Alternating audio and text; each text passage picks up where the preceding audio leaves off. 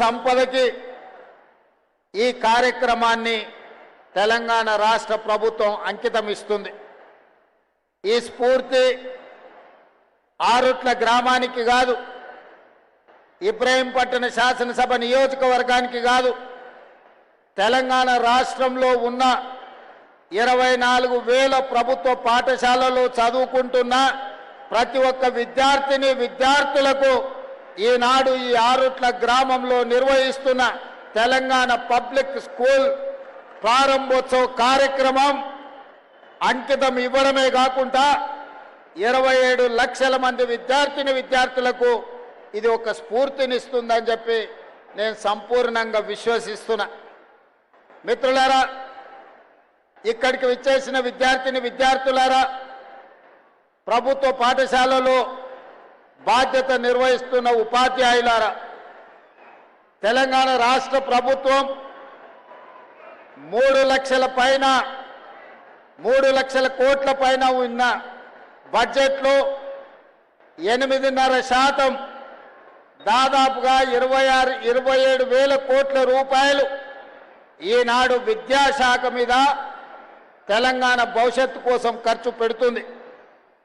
కానీ ఎక్కడో చిన్న అసంతృప్తి, ఎక్కడో చిన్న అనుమానం, ఎక్కడో పేదలకు మన మీద ఒక అప్పనమ్మకం. ప్రభుత్వ పాఠశాలలకు వెళ్తే మా పిల్లలకు సరైన చదువు రాదనో, అవసరమైన ఉద్యోగ ఉపాధి అవకాశాలు కలగవనో రకరకాల అనుమానాలు ఈనాడు పేదలకు ఉన్నాయి. అందుకే ఈ అనుమానాన్ని పోగొట్టాలి, వీళ్ళ ఆత్మవిశ్వాసం పెంచాలి. రేపటి భవిష్యత్తుకు తెలంగాణ రాష్ట్రం నుంచి పేదల పిల్లల నుండే డాక్టర్లను, లాయర్లను, ఇంజనీర్లను, ఐఏఎస్లను, ఐపీఎస్లను, ఈ రాష్ట్రాన్ని ఈ దేశాన్ని ఏలే నాయకులను తయారు చెయ్యాలి అంటే ఈ పాఠశాలలను పునరుద్ధరించాలి అన్న ఆలోచనతోని విద్యా కమిషన్ని మొట్టమొదటిసారి ఏర్పాటు చేసి సంపూర్ణమైన నాకు విశ్వాసం ఉన్న అక్నూర్ మురళీ గారిని ఈ విద్యా కమిషన్ చైర్పర్సన్గా నియమించిన.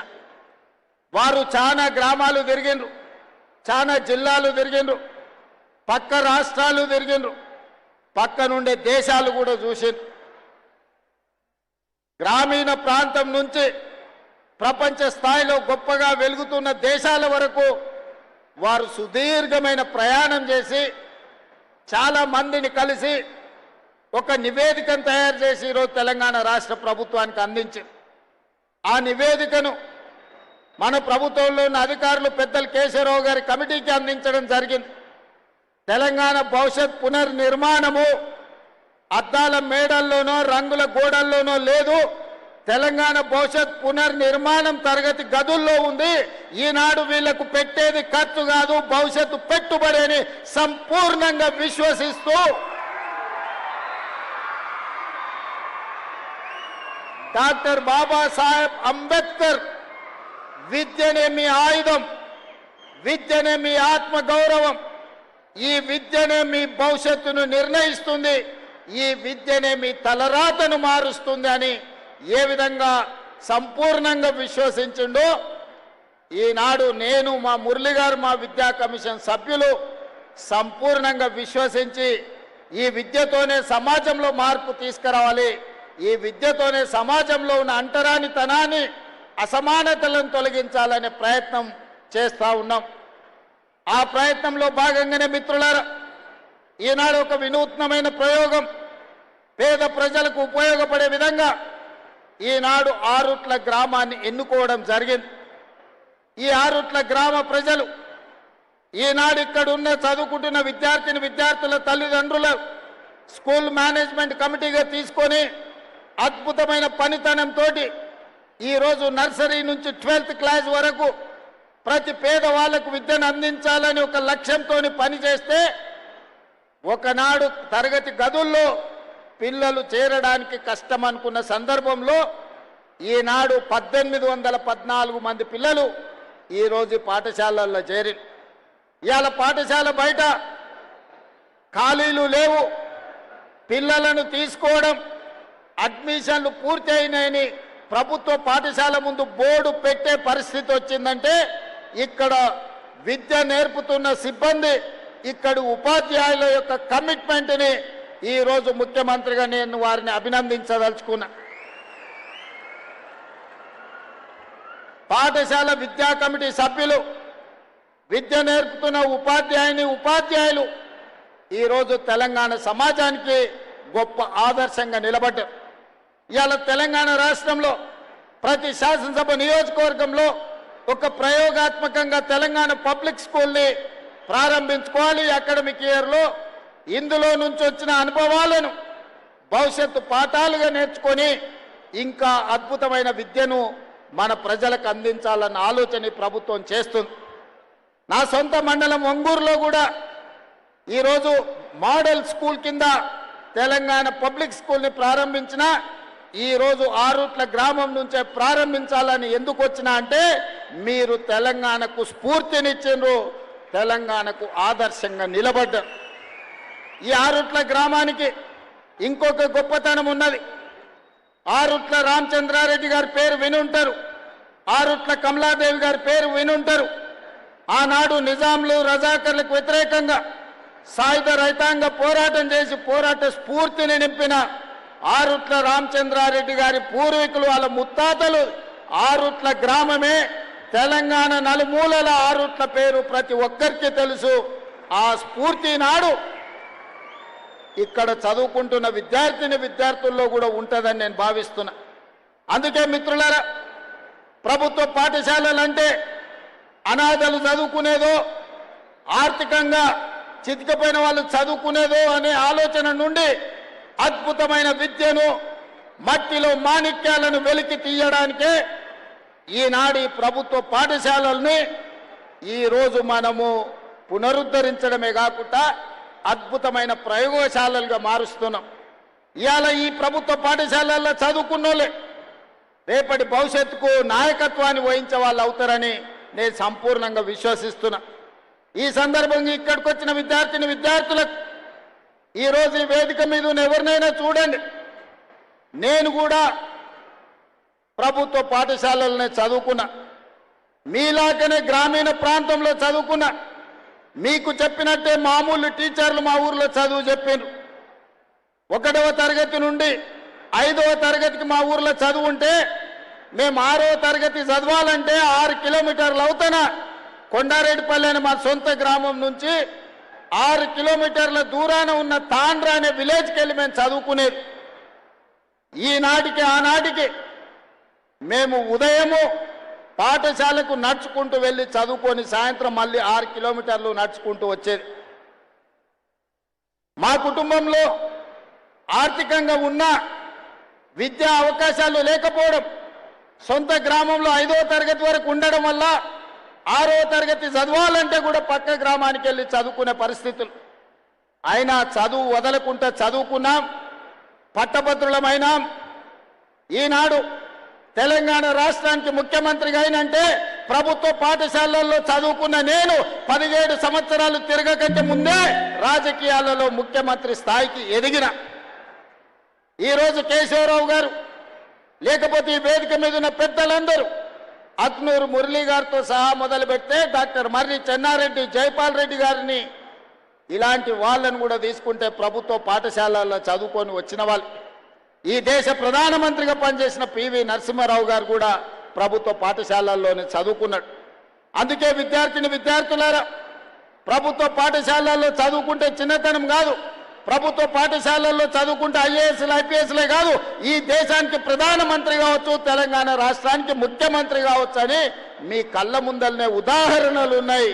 మీరు చదువుకోండి. మన భవిష్యత్తును ఇంట్లో, భూములో, లేకపోతే ప్రభుత్వం అందించే సంక్షేమ పథకాలు మన భవిష్యత్తును మార్చవు. అవి బ్రతకడానికి మాత్రమే ఉపయోగపడతాయి. మన భవిష్యత్తులు మారాలి, మన తలరాతలు మారాలి, మన తల్లిదండ్రుల ఆత్మ గౌరవంతో తలెత్తుకొని మన గ్రామంలో, మన జిల్లాలో తిరగాలి అనంటే విద్యలో రాణించాలి. ఐఏఎస్లు ఐపీఎస్లు కావాలి, డాక్టర్లు, లాయర్లు, ఇంజనీర్లు కావాలి. ఈ దేశానికి నాయకత్వం అందించే నాయకులు కావాలి. అలా తయారైనప్పుడే మన ఊరికి, మన ప్రాంతానికి, మన రాష్ట్రానికి వన్నె వస్తుంది, పేరు వస్తుంది. అందుకే మిత్రులారా, ఎవరెన్ని మాట్లాడినా, ఎవరెన్ని విమర్శలు చేసినా, ఈనాడు విద్యాశాఖను ప్రక్షాళన చేసి విధ్వంసమైన విద్యా వ్యవస్థను వికాసం వైపు నడిపించాలి. కేజీ నుంచి పీజీ వరకు అద్భుతమైన విద్యను పేదలకు అందించాలి. విద్యనే కాదు, క్రీడలలో ప్రోత్సహించాలని ఈనాడు తెలంగాణ పబ్లిక్ స్కూల్లో నర్సరీ నుంచి 12th వరకు పెట్టుకున్నాం. ఇదే కాదు, ఈనాడు young India integrated residential schools ప్రభుత్వమే తెలిసో తెలియకనో ఎస్సీలను ఒక దగ్గర, ఎస్టీలను ఒక దగ్గర, బీసీలను ఒక దగ్గర, మైనారిటీలను ఒక దగ్గర, మిగతా వర్గాలను ఇంకొక దగ్గర హాస్టళ్లు పెట్టి చెప్పకనే కుల విభజన చేస్తున్నారు. మన మధ్యలో కులాల మధ్యన గోడలు కడుతున్నారు. నేను ఆలోచన చేసిన, కుల వ్యవస్థ నిర్మూలన జరగాలంటే ఈ అడ్డు గోడల్ని కూల్చాలని young India integrated residential schools ప్రారంభించి SC, ST, BC, minority, upper caste అందరినీ 500 మంది విద్యార్థులను, 2500 మంది విద్యార్థులను 25 ఎకరాలలో అద్భుతమైన ఇంటిగ్రేటెడ్ రెసిడెన్షియల్ స్కూల్స్ని డిజైన్ చేసినాము. ఈరోజు నిర్మాణ దశలో ఉన్నాయి, తొందరలోనే పూర్తయితాయి. ఇలా చదువు ఒక్కటే కాదు, స్కిల్స్ ఉండాలి. ఈనాడు ప్రపంచంలో వైట్ కాలర్ జాబ్లు ఏఐతో పోతున్నాయి. ఈరోజు బ్లూ కాలర్ జాబ్లు సృష్టించాలి అని అంటే శిక్షణ నైపుణ్యం ఉండాలి, వృత్తి నైపుణ్యం ఉండాలి. అందుకే ఈరోజు యంగ్ ఇండియా స్కిల్స్ యూనివర్సిటీని ప్రారంభించుకున్నాం. మన భారత్ ఫ్యూచర్ సిటీలోనే యూనివర్సిటీ తయారవుతుంది. డిసెంబర్ 9 నాడు ప్రారంభించుకోబోతున్నాం. ఇప్పటికే 1000 మందికి శిక్షణ ఇస్తే 1000 మందికి ఉద్యోగ ఉపాధి అవకాశాలు దొరికినాయి. అదే కాదు, ఇంతకుముందు నేను వస్తున్నప్పుడు స్పోర్ట్స్ గ్రౌండ్లో పిల్లలు కనిపించారు. వాళ్ళని కలవడానికి వెళ్తే ఆ పిల్లల్లో ఎంత నైపుణ్యం ఉందంటే, కాసేపు ఫుట్బాల్ ఆడి చూస్తే అద్భుతంగా హైదరాబాద్లో అకాడమీలో ఆడుకుంటున్న పిల్లల కంటే ఆరుట్ల గ్రామ పాఠశాలల్లో ఈరోజు ఫుట్బాల్ ఆడటమే కాకుండా ఆడపిల్లలు అక్కడ బాస్కెట్బాల్ ఆడుతూ కనిపించారు. క్రీడల్ని ప్రోత్సహించాలి.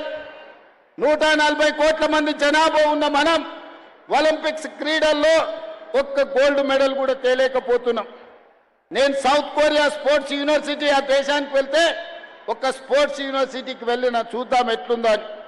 ఆ క్యాంపస్ 30 ఎకరాలలో ఉంది. 30 ఎకరాల క్యాంపస్లో చదువుకుంటున్న పిల్లలు ఆ దేశానికి 32 గోల్డ్ మెడల్స్ వస్తే ఆ సౌత్ కొరియా స్పోర్ట్స్ యూనివర్సిటీ ఒక్క క్యాంపస్ నుంచి 16 గోల్డ్ మెడల్స్ ఆ పిల్లలు సాధించింది. 30 ఎకరాలలో ఉన్న ఒక యూనివర్సిటీ 16 గోల్డ్ మెడల్స్ తీసుకొస్తే ఒక చిన్న దేశం తెలంగాణ రాష్ట్రం అంతా ఉన్న దేశం 32 గోల్డ్ మెడల్స్ తెస్తే, మిత్రులారా, మా యువ మిత్రులు, మా సోదరిమణులు, మా చెల్లెళ్ళు, మా తమ్ముళ్ళు ఇక్కడ ఉన్నారు. మీరు ఆలోచన చెయ్యండి. 140 కోట్ల జనాభా ఉన్న ఈ దేశం ఈనాటి వరకు 75 సంవత్సరాల స్వతంత్ర భారతంలో ఒక్క గోల్డ్ మెడల్ తెచ్చుకోలేదంటే ప్రపంచ దేశాల ముందు తల దించుకోవాల్సిన పరిస్థితి దేశంలో ఉందా లేదా? ఈ చరిత్రను తిరిగి రాయాల్సిన అవసరం మన తెలంగాణ బిడ్డల మీద ఉన్నదా లేదా ఒక్కసారి ఆలోచన చేయండి. అందుకే ఈనాడు ఎవరు విమర్శించినా ఏమనుకున్నా సరే అని యంగ్ ఇండియా స్పోర్ట్స్ యూనివర్సిటీని పబ్లిక్ ప్రైవేట్ పార్ట్నర్షిప్లో ప్రారంభించినాం. 2034 ఒలింపిక్స్ లో తెలంగాణ రాష్ట్రం నుంచి గోల్డ్ మెడల్ సాధించే విధంగా మన పిల్లల్ని క్రీడల్లో తీర్చిదిద్దే బాధ్యత ముఖ్యమంత్రిగా నేను తీసుకుంటా అని చెప్పి ఈ రోజు మీకు చెప్పదలుచుకున్నా. ప్రపంచ దిగ్గజం మెస్సీ ఫుట్బాల్ ఆడే వాళ్లకు నిలువెత్తు దేవుడు. ఆ మెస్సీని హైదరాబాద్ నగరానికి పిలిపించి కోట్లాది మంది క్రీడలకు పిల్లలకు స్ఫూర్తినివ్వాలి అని నేను ప్రయత్నం చేస్తే అందులో కూడా రాజకీయాలు ఎత్తి విమర్శించే కుసంస్కారం ఉన్న వాళ్ళు ఈరోజు తెలంగాణ రాష్ట్రంలో ప్రతిపక్షంలో ఉన్నారు. ఆయన డ్రగ్స్ డాన్ కాదు, మాఫియా డాన్ కాదు, బ్యాంకులు కొల్లగొట్టాడు, ప్రాజెక్టులు కట్టి కూలగొట్టాడు, కమిషన్ల పేర్ల మీద 1000 కోట్లు కొల్లగొట్టాడు.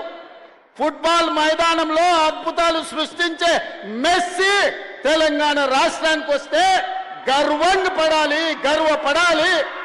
ప్రపంచ దేశాల ముందు మన ఎస్సీ ఎస్టీ మైనారిటీ హాస్టల్లో ఉండే పిల్లల్ని ఉప్పల్ స్టేడియంలోకి తీసుకెళ్లి మెస్సీతో ఫుట్బాల్ ఆడించిన ఆ ఎస్సీ ఎస్టీ బీసీల పిల్లలు స్వయంగా ఎక్కడో టీవీలో చూసే మెస్సీతోని ఉప్పల్ స్టేడియంలో వాళ్ళు ఫుట్బాల్ ఆడితే వాళ్లకు జీవితకాలం మధుర జ్ఞాపకమా కాదా ఒక్కసారి ఆలోచన చెయ్యండి. ఇవాళ క్రీడల్ని ప్రోత్సహించాలని ఒకవైపు నేను ప్రయత్నం చేస్తుంటే రాజకీయ స్వార్థంతో రేవంత్ రెడ్డి మెస్సీని వేస్తాడా అని కొంతమంది కడుపులో మసిమసి అయిపోతున్నారు. వాళ్ళు ఎంత కుళ్ళుకుంటే మనకంత మంచిది. ఆ కుళ్ళుతోనే ఇట్లాంటి కుతంత్రాలతోనే కృషించిపోయి ప్రతిపక్ష హోదా కూడా రాకుండా వాళ్ళు కొట్టుకపోతారని నేను సంపూర్ణంగా విశ్వసిస్తున్నా. అందుకే మిత్రులారా, ఈనాడు తెలంగాణ రాష్ట్రంలో ఆ రూట్లో ఒక రోల్ మోడల్గా ఉండాలి, ఆ రూట్లో ఒక స్ఫూర్తిగా ఉండాలి. ఆ రూట్ల పాఠశాల తెలంగాణ పునర్నిర్మాణంలో విధ్వంసమైన తెలంగాణ విద్యా విధానాన్ని వికాసం వైపు నడిపించాలంటే తెలంగాణకు ఆదర్శంగా ఆ రూట్ల గ్రామం ఉండాలి, ఇక్కడ పాఠశాల ఉండాలి. ఉంటుందని 100% నేను విశ్వసిస్తున్నా, నమ్ముతున్నా. మిమ్మల్ని అందరినీ కలిసి ఈరోజు నేను తెలంగాణ సమాజానికి చెప్పదలుచుకున్నా. మిత్రులారా, ఒకనాడు బట్టలు ఇచ్చేది మా మురళి గారి పిల్లలతో మాట్లాడి, ఆనాడు బట్టలు ఇస్తే 3 రోజులకే గుండీలు ఊసిపోతున్నాయి, కుట్టిన కుట్లు ఊడిపోతున్నాయి, తొడుక్కోవడానికి పనికి రాకుండా పోతున్నాయని నాకు చెప్పడం జరిగింది. అందుకే క్వాలిటీ ఉన్న బట్టలు, క్వాలిటీ ఉన్న షూస్, స్పోర్ట్స్ షూ, అదేవిధంగా సాక్స్, దుప్పట్లు, టవల్స్ అద్భుతమైన క్వాలిటీతోని ఒక మంచి కిట్టు 9 వస్తువులను పెట్టి మంచి ఒక స్కూల్ బ్యాగ్తో సహా ఈనాడు పిల్లలకి ఇవ్వాలి. అంతర్జాతీయ ప్రమాణాలతోని అంతర్జాతీయ సంస్థలతోని ఈరోజు టెండర్లు పిలిచి ఇస్తే కమిషన్లకు అలవాటు పడ్డ వాళ్ళు మా మీద కమిషన్ల ఆరోపణలు చేస్తున్నారు. మా మంత్రులు చెప్పారు మేము టెండర్లు పిలిచిందే 685 కోట్లని. ఒక ఆయన చదువుకున్న ఆయన అంటాడు, మరి చదువుకున్నాడు కాబట్టి ఆయనకు గుండు కొట్టుకుంటే ఉన్నమతి పోయిందేమో నాకు తెలియదు, కానీ 3000 కోట్ల అవినీతి జరిగింది అంటాడు. చదువుకున్నోడు, చదువు రానోడు తాటి చెట్టు లెక్క పెరిగిండు.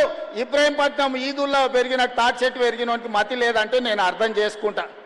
చదువుకొని ఐపీఎస్ అయినోడు 687 కోట్ల టెండర్ పిలిస్తే 3000 కోట్ల అవినీతి జరిగిందని ఆరోపణ చేస్తే ఇంకా అతన్ని ఏమనాలో నాకైతే అర్థమైతలేదు. జాలిపడి వదిలేయడం తప్ప నేను విమర్శ చేయదలుచుకోలే. అందుకే ఈనాడు క్వాలిటీ ఉన్న బట్టల్ని, క్వాలిటీ ఉన్న షూని, ఈరోజు నాణ్యమైన వస్తువులను అందించాలని ప్రణాళిక పెట్టుకున్నాం. మా విద్యాశాఖ అధికారులు విడతల వారీగా జూలై ఆఖరి వరకు అందరి విద్యార్థులకు 100% అద్భుతమైన నాణ్యమైన వస్తువులను, బట్టలను అందించడానికి ఈరోజు ప్రణాళికబద్ధంగా కార్యక్రమాలు నిర్వహిస్తున్నారు. ఇవాళ డ్రగ్స్ కూడా ఒక మహమ్మారిగా మారింది. డ్రగ్స్ వ్యసనాల నుంచి బయటికి తేవాలి. గంజాయి డ్రగ్స్ ఈరోజు పెద్ద సమస్యగా మారింది. ప్రేమగా పెంచుకునే పిల్లలు మిత్రులతోటో విలాసాలతోటో లేకపోతే చిన్న చిన్న దురలవాట్లు అయ్యి ఈరోజు గంజాయికి బానిసలయ్యే పరిస్థితి ఉంది. అందుకే ఈనాడు 19 తారీఖు నాడు ఎల్బీ స్టేడియంలో గవర్నర్ గారి చేత కొన్ని వేలాది మంది విద్యార్థులతో ఈ డ్రగ్స్కు వ్యతిరేకంగా ప్రమాణ స్వీకారం చేయించి వాళ్లను ఒక రోల్ మోడల్గా తీర్చిదిద్దదలుచుకున్నాం. అందుకే ఈ పాఠశాల విద్యార్థులకు నా సూచన, ఎక్కడైనా గంజాయి తాగినట్టు కానీ గంజాయిని చూసినట్టుంటే తక్షణమే పోలీసు వాళ్ళకి చెప్పండి. మీరే మా సమాచార వ్యవస్థ. ఈ సమాజాన్ని బాగు చేసుకునే బాధ్యత మా విద్యార్థుల మీదనే ఉంది. ఎక్కడ డ్రగ్స్ ఉన్నా, ఎక్కడ గంజాయి ఉన్నా, ఎక్కడ గంజాయి బానిసలు ఉన్నా పోలీసులకు తక్షణమే సమాచారం అందించండి. వాళ్ళ మీద కఠినమైన చర్యలు తీసుకోవడానికి ఈనాడు మన ప్రభుత్వం ఉన్నది. అందుకే మిత్రులారా, ఈరోజు తెలంగాణ రాష్ట్ర ప్రభుత్వం ఒక అద్భుతమైన కార్యక్రమాన్ని తీసుకున్నాం. ఈ కార్యక్రమాన్ని ముందుకు తీసుకెళ్లడానికి మీ సంపూర్ణమైన సహకారం కావాలి. మీరు అండగా నిలబడితే అక్నూర్ మురళి గారు విద్యా కమిషన్తో పాటు రాష్ట్ర ప్రభుత్వం, మా ప్రభుత్వ అధికారులు అద్భుతాలను సృష్టించగలరు. తెలంగాణను దేశానికి రోల్ మోడల్గా తీర్చిదిద్దగలరు. అందుకే మీరు అండగా నిలబడండి. మేము చేసే ప్రయత్నాన్ని మీరు ఆశీర్వదించండి. ఎవరు వచ్చినా ఆరుట్ల గ్రామ పాఠశాలను చూపించండి. విమర్శకులను కూడా ఆహ్వానించండి. మా సర్పంచమ్మకు కూడా సూచన చేస్తున్నా, విమర్శించే వాళ్ళను మా సర్పంచమ్మ ఆహ్వానించి అందరికీ చూపించండి. ఎంత అద్భుతంగా ఆరుట్ల పాఠశాల నిర్వహిస్తున్నారు. తెలంగాణ పబ్లిక్ స్కూల్ ఒక రోల్ మోడల్గా ఆరుట్ల ఎట్లా తెలంగాణ రాష్ట్రానికి నిలిచిందో మా ఎమ్మెల్యే గారు, మా సర్పంచ్ గారు ఎవరైతే విమర్శిస్తున్నారో విమర్శకులకు చూపించాల్సిందిగా నేను వారికి సూచన చేస్తున్నా. అందుకే మిత్రులారా, ఈనాడు ఈ పాఠశాలను ఆదర్శంగా తీసుకొని తెలంగాణ నలుమూలల ఈరోజు 27 లక్షల మంది డే స్కూల్లో కానీ రెసిడెన్షియల్ స్కూల్లో 27 లక్షల మంది విద్యార్థులు ఈరోజు చదువుకుంటున్నారు. వాళ్ళందరికీ నాణ్యమైన విద్యతో పాటు నాణ్యమైన స్కిల్స్ని అందించడంతో పాటు వాళ్లకు ఉద్యోగ ఉపాధి అవకాశాలు కల్పించడానికి రాష్ట్ర ప్రభుత్వం సంపూర్ణంగా కృషి చేస్తుంది. ఇంత మంచి కార్యక్రమాన్ని ఏర్పాటు చేసి ఇంత అద్భుతంగా తెలంగాణ రాష్ట్రానికి ఒక సందేశాన్ని అందించే ఈ కార్యక్రమాన్ని ఏర్పాటు చేసిన ఆరుట్ల స్కూల్ మేనేజ్మెంట్లో ఉన్న ప్రతి ఒక్కరికి మనస్ఫూర్తిగా అభినందన.